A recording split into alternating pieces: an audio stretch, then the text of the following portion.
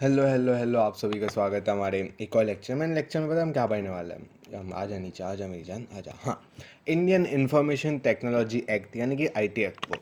अब IT act में आपको ज़रा बताऊँ हमारे एनसीईआरटी की टेक्स्ट बुक में कहाँ और कितना दिया है। जो चैप्टर नंबर 11 है उसमें, एक मिनट, इसी में है क्या? हाँ, आई गेस इसी में था जहाँ तक मुझे याद है। अभी तो ओपन किया था मैंने। हाँ, ये रहा। This is literally the amount of Indian I T act जो ये लोग ने दिया हुआ है। पर एक्चुअली हमारे लिए तो फ़ायदा ही है ना, बिकॉज हमको कम पढ़ना है।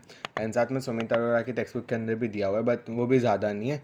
एंड अकॉर्डिंग टू मी इतना ज़रूरी है, बिकॉज आप अगर जो मार्किंग स्कीम है उस पर भी आके अगर आप चेक ऑन करोगे, सोसाइटी लॉ एंड एथिक्स जो है वो 20 मार्क की थियरी है।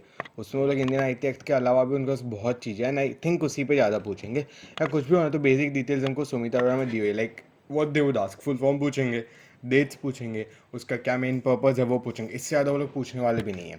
सो बेसिकली हमारा फटफट खत्म करते हैं इंडियन इन्फॉर्मेशन टेक्नोलॉजी एक्ट यानी कि आईटी एक्ट जो है हमारा, वो क्या है पहले इसको मैं बंद कर दूँ ज़रा। Close all Windows, perfect. तो अब जैसे इंटरनेट ग्रो कर, अगर आपको पीछे बैकग्राउंड में आवाज़ आ रही है तो मैं दिवाली की रात को शूट कर रहा हूँ, so obviously will get some noise and मेरे को ज़रा चार्ज स्टार्ट करने दो। हाँ, सो इंटरनेट जैसे बढ़ता जा रहा है ना, हमारा ऑब्वियसली साइबर क्राइम्स जो है उसके केसेस बढ़ रहे हैं, साइबर अटैक्स हो रहे हैं, साइबर बुलिंग बढ़ रही है। कितनी ज़्यादा हम तो देखते हैं ना, कितना हर कोई ट्रॉल होता रहता है।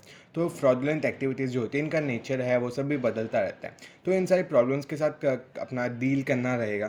तो उसके लिए कंट्रीज़ क्या कहती है, वो लीगल मेजर्स लेके आती है। लाइक आप किसी को कोर्ट्स है उनके रूल्स बना के रखे हैं, साइबर बुली करते हो तो आपको ये वाली सज़ा मिलेगी। कुछ लीगल मेजर्स बना दिए जाते हैं ताकि किसी इंटरनेट यूज़र की जो राइट्स है उसको सेफगार्ड किया जा सके। अब इंडियन इंफॉर्मेशन टेक्नोलॉजी एक्ट जो है, लाइक वो बनाया गया था गवर्नमेंट ऑफ इंडिया के द्वारा 2000 में, जिसको अमेंड किया गया था 2008 में। वो यूज़र को क्या कहता है, गाइडलाइन प्रोवाइड करता है प्रोसेस करने पे, स्टोर करने पे, सेंसिटिव इन्फॉर्मेशन को ट्रांसमिट करने में। इनफैक्ट बहुत सारे इंडियन स्टेट्स जो है उसके अंदर लाइक साइबर सेल्स बने पड़े हैं पुलिस स्टेशन में, जहाँ पे कोई भी टाइप का साइबर क्राइम रिपोर्ट कर सकते। ऐसे साइबर क्राइम में लाइक अगर आपको ऑनलाइन कोई फ्रॉड हो गया, आपके साथ कोई आपको बुली कर रहा है, कोई आप बहुत ज़्यादा ट्रॉल कर रहे हो, कोई आपको हैरेस कर रहा है इंटरनेट पे, वो सारे साइबर क्राइम्स में आ जाते हैं। जो आप रिपोर्ट, हमने उसका लेक्चर भी डेडिकेटेडली रखा है।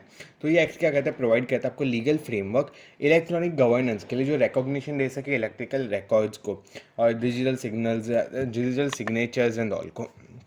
अब वही था कि साइबर क्राइम और पेनल्टीज़ को लाइक आउटलाइन कर देता है ये एक्ट, ताकि सब मतलब बाकी सब चीज़ें बताता है। फिर साइबर एपेलेट ट्रिब्यूनल जो है उस नाम की एक चीज़ को एस्टेब्लिश किया गया है, ताकि जो डिस्प्यूट्स अराइज हो रहे हैं, ऑब्वियसली ना अब नॉर्मल केस के अंदर कुछ भी होता है तो वी हैव कोर्ट, तो वैसे ही यहाँ पे एक और ट्रिब्यूनल बनाया गया जिसको साइबर एपेलेट ट्रिब्यूनल बोला जाता है। इसको एस्टेब्लिश किया गया ताकि जो साइबर क्राइम से डिस्प्यूट्स होते हैं उनको रिजॉल्व किया जा सके।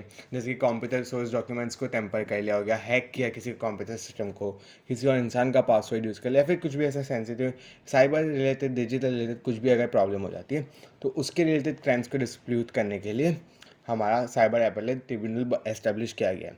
अब एक्ट की ज़रूरत है ताकि पीपल जो ट्रांजैक्शन परफॉर्म कर सके इंटरनेट का, क्रेडिट कार्ड्स नो, लाइक आप कुछ भी ऑनलाइन ट्रांजैक्शन करते हो तो आपको डर रहता है ना मिसयूज़ करने का। हमारे आज भी जो ओल्ड एज 50+ लोग जो है वो लोग यूजुअली ऑनलाइन इतना नहीं करते ट्रांजैक्शन, बिकॉज वो डर रहता है दैट कुछ मिसयूज़ हो जाए, कुछ एरर हो जाएगा।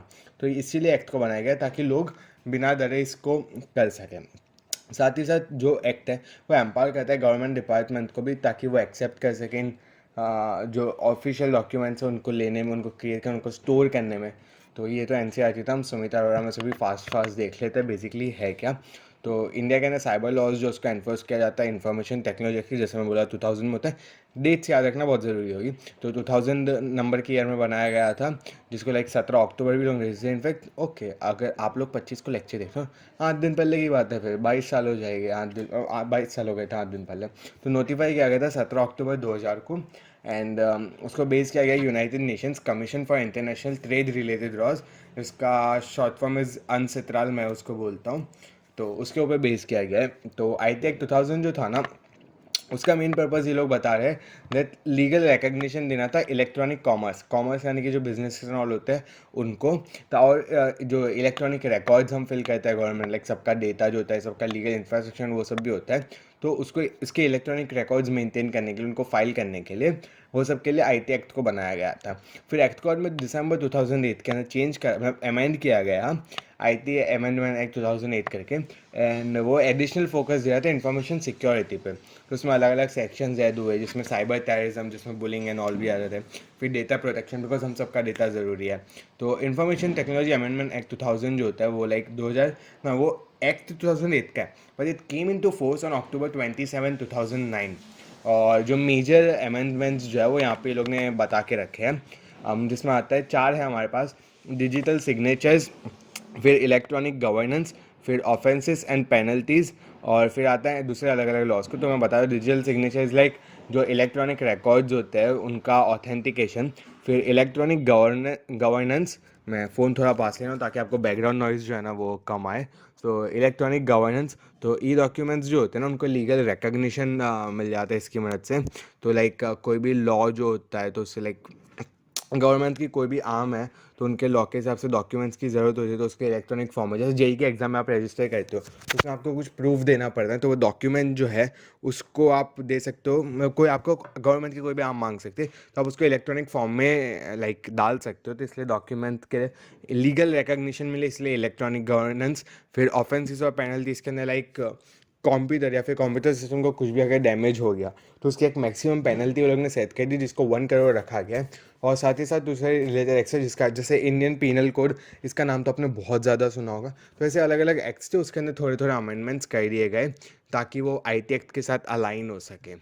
तो ये था हमारा IT एक्ट वाला लेक्चर। सो मिलता है आपको अगले लेक्चर में जो 11th स्टैंडर्ड का लास्ट लेक्चर होगा।